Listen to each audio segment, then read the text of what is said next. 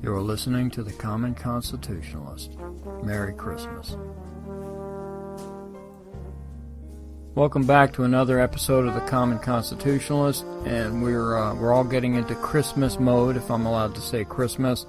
And this time of the year, I find it really difficult to talk about politics and stuff. I'm already in the Christmas mode, joy to the world and all that stuff, and it's tough to get riled up about this stuff, but I guess with everything going on, you just gotta do what you gotta do. So in this episode, I'll be talking about maybe the true Manchurian candidate of this season, Marco Rubio. Just maybe, don't know. And it looks like another candidate may be falling by the wayside. Today on The Common Constitutionalist. You're listening to The Common Constitutionalist, broadcasting from an undisclosed location, free from the prying eyes of establishment black helicopters.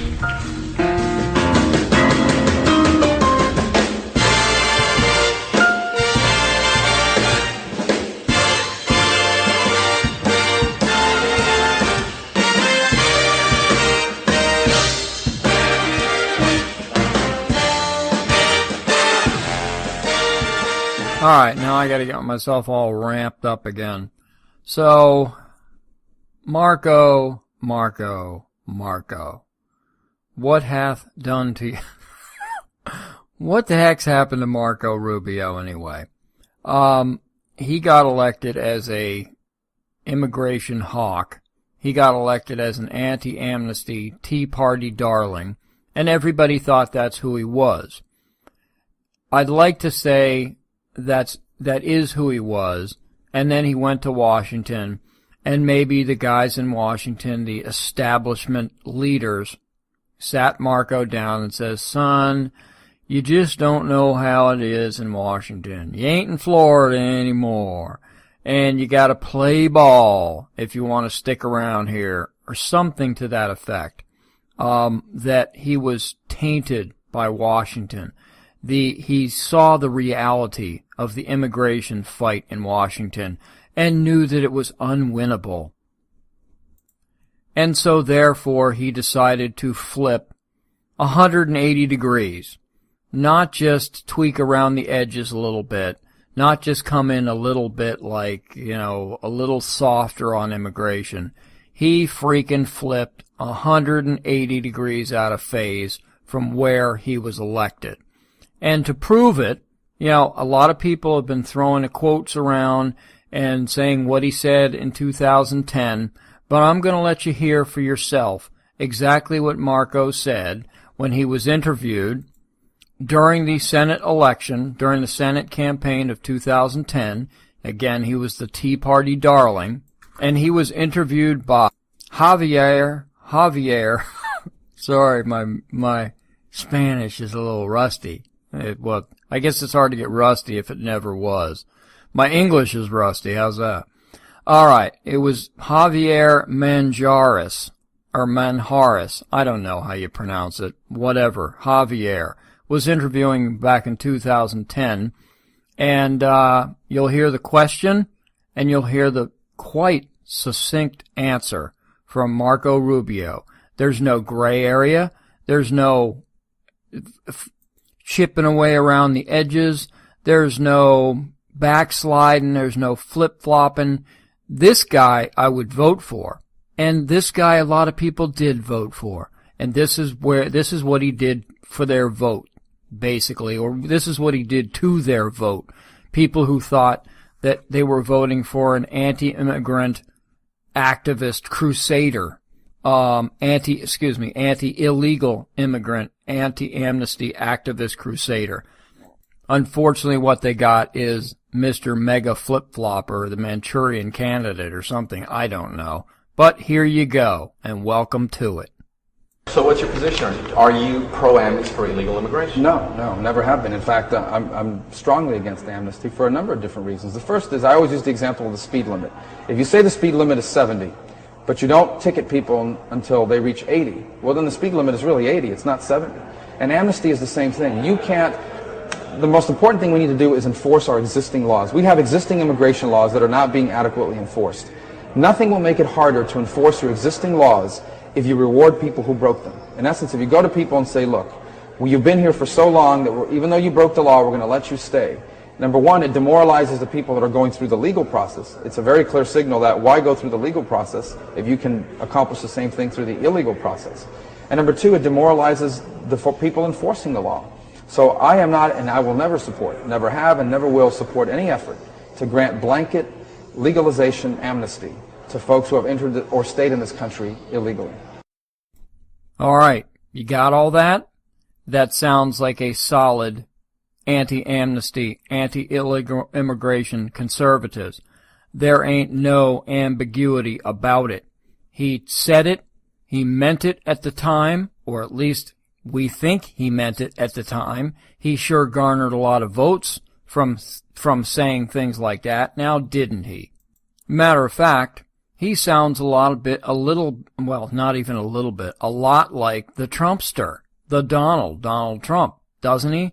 He sounds a lot like Ted Cruz's position. No illegal immigration, no amnesty, period. So what the heck happened to this guy anyway? Was he always soft on immigration and knew he couldn't get elected? He knew because of the Tea Party revolution in 2010. His advisors told him that in 2010 there's no blankety-blanking way you're going to get elected unless you come out against amnesty and illegal immigration. Is that it? Was he always this way? And all of a sudden, magically, he gets to Washington and just flip-flops, like I said, 180 degrees. I mean, he's not even close to where he was just 5 years ago. He wasn't even close even 3 years ago. Or is he dumb? Is he just that stupid to get buffaloed by the gang of 8 dirtbags, Chucky Schumer and John McCain and those blanks? Yeah, I got the Christmas spirit going on. Ho, ho, ho, baby. But I don't understand what happens to these guys. That's why I'm thinking that maybe he's always been this way. He just had to hide it until he got elected. A lot of these guys do that. They say all this crap, and then when they get elected, they do the exact same. Look at Paul Ryan. Look at how Paul Ryan said, gave us these hollow promises that things are going to be different than the John McCain era. And then he comes out and he doubles down, John Boehner era.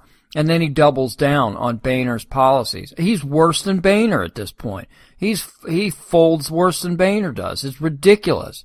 I mean, it's just like, as much of a disaster a progressive disaster that George W. Bush ended up being. I remember even early on in Obama's administration, we already knew how bad he was going. Well, heck, even before the 2008 election, we all knew how bad Obama was going to be. But then the rest of the country kind of caught up after a few years of Obamites. And I remember people saying there was some sort of poster or some sort of site or something like that. Somebody put a picture up. And I think it might even been a billboard somewhere along the highway. I can't remember where it was. With a sign, Bush's head on the sign with a little bubble that said "Miss me yet." It's because it just went from bad to worse, which is unfortunately a lot of the times it has to get this bad in order to elect somebody like a true constitutional conservative like Cruz, like Reagan was, that'll actually stand up to these idiots. But didn't he sound exactly like Trump?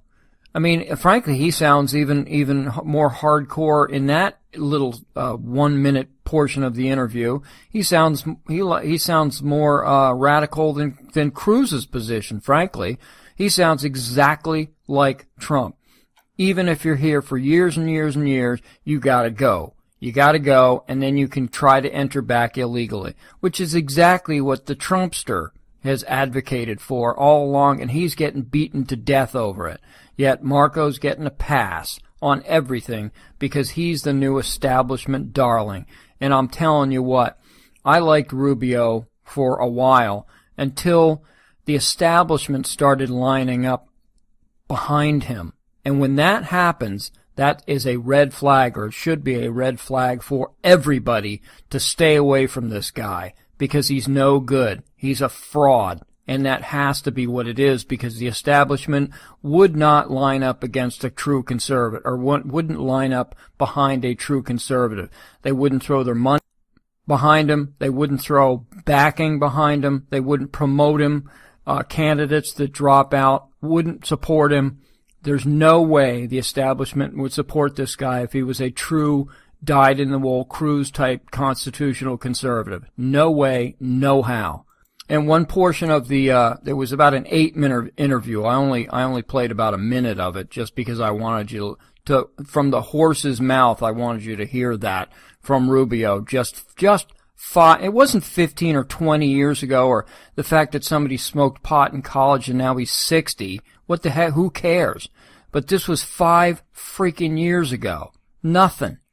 He also said, and if you provide a path for people to enter this country, this is the 2010, it's part of the 2010 interview before he got elected, and if you provide a path for people to enter this country illegally, and if they stay here long enough and pay enough in taxes, we let them stay legally. Why would anyone come through the legal process? And he's exactly right. Like I said, I would have voted for this guy for sure. Absolutely, I would have voted for this guy, and I'd be regretting it today. You got that?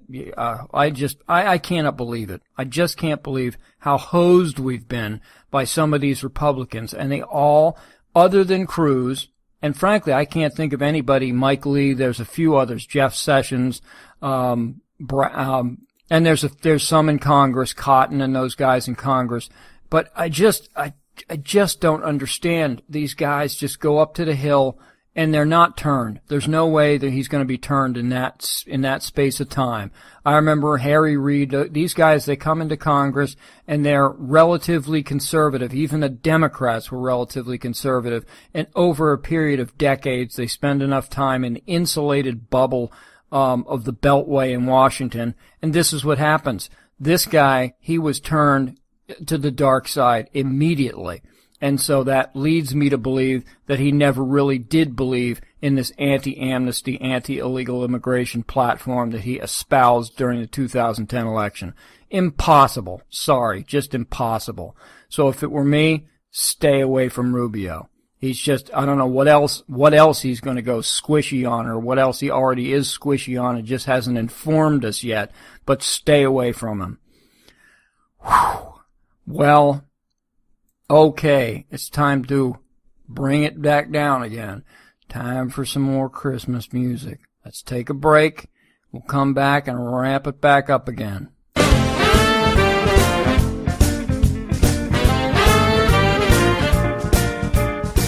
You're listening to the Common Constitutionalist. Let the truth be known.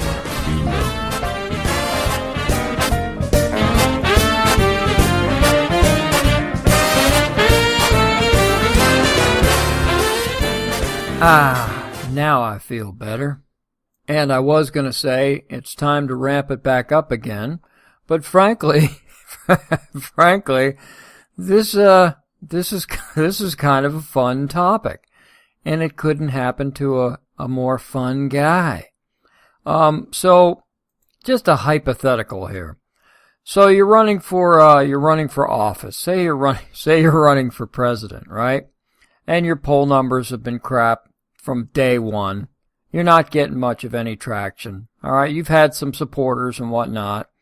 Yeah, you used to have your own television show on a certain network, and so all of a sudden your campaign is not going well. You're not raising much money, and so you have to slash your campaign staff, and you lose your top spin doctor.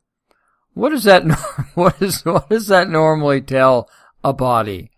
That normally tells a body that your campaign is on life support, and it ain't long for this world, brother. At least that's what it tells me. And this has happened to none other than Mike Huckleberry, Mike Huckabee, the evangelist warrior. It's just, this stuff, this one's a fun one. This is cracking me up. Old Huckleberry thought he was going to get into this race, and all the, remember back in 2012, when Romney lost the election, due in great part to evangelical Christians and staunch conservatives sitting out the election, and he lost something like between 4 and 5 million votes because they didn't show up to vote for the fraud Romney. Remember that? Well, Huckleberry figures that he would ride in on a white horse, being the evangelist warrior that he is. And actually he's not, he's just a freaking huckster, but that's beside the point. He talks a good game, and he's usually pretty good in the debates. He's a good speaker like the Newt was and things like that. But just like Newt, he's also a big government progressive, establishment progressive. And he hides it well, that's for sure. Just like Newt, he hides it well. Heck, just like the Trumpster hides it well. He's a big government progressive too, but you'd never know it. And most people, the uninformed, low information voter on our side, they don't know it either. But I digress. Back to the huckster. So he thought he would ride in on his white horse and scoop up all the evangelical voters and duplicate what he did in 2008, came out of the pack and won Iowa. Well, that ain't happened because the angelical vote is going almost entirely to our man, maybe not our man, but my man, Ted Cruz. They know he's honest. He's going to tell them the truth. Like it or not, you're going to get the truth out of Ted Cruz. Period. You're not going to get the Huckleberry huckster. So far, he hasn't suspended his campaign. He hasn't called it quits quite yet.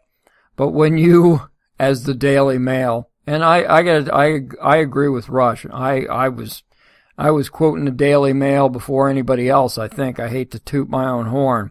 But these guys, the British tabloids, the British papers, they're not afraid to look into American politics and tell the truth about it. At least some of them aren't.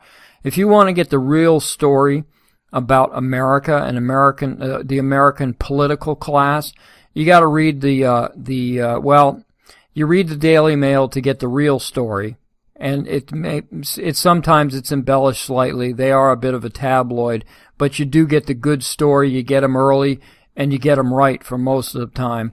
If you read the UK Telegraph or the Guardian, you're going to get the left-leaning view, but at least you'll be informed. Whereas if you just read the Times or the Post or something like that, and these other websites, Politico, all you're going to get is what the Democrats want them to put out, and what the establishment Republicans want them to put out. Like in Politico. Politico, for those who aren't geeks like we are, who do this kind of crap all the time, Politico is who the establishment Republicans run to when they want to get, say, an anonymous story out about some conservative. They want to trash a conservative or a conservative position, but they don't want to come out because they're too cowardly to say so themselves. They don't want to get at the podium and say so themselves, so they run to the Politico as an anonymous source, and then the Politico prints whatever they want them to print. That's the way it works. So anyway, how the heck did I get onto that? Well, whatever. The Huckleberry. So Huckabee, like I said, he hasn't suspended his campaign. He hasn't bowed out quite yet. But when you, like the Daily Mail said, when you slash salaries, you slash your campaign staff, and you lose your top spin doctor, you are not long for this world, and your campaign is on life support. It's about dead, and it's time to hang up the old gloves. Those who are in the know, and I don't really go with a conventional wisdom much, but in this particular case, I think they are probably correct, that when Huckleberry does hang it up, he's going to throw his support behind. I wonder who it's going to be. Could it be the Tea Party darling Marco Rubio? Yep, that's who he's going to throw his support behind. You can almost make book on it. And again, like I said in the last segment, when establishment, moderate, squishy, whatevers, Republicans throw their support, money, effort behind a certain Republican candidate, that should be the surefire sign to run away from that particular candidate. And again, to reiterate, that is what's happening with Rubio. And Huckabee's going to be no different. He's not going to throw his weight behind his weight. Well, he is overweight, but at any rate, he's not going to throw his less than considerable political clout behind Jeb or behind Kasich or anyone else. It's going to be Rubio. You watch and see. And again, that's the sign, baby. When they start lining up behind Marco, run the other direction. Run to, I wonder who you should run to. Oh, that's right, my man Ted Cruz, the guy who can actually win, because he's a real conservative. So that's about all I've got for today, and I hope you have a good balance of the weekend.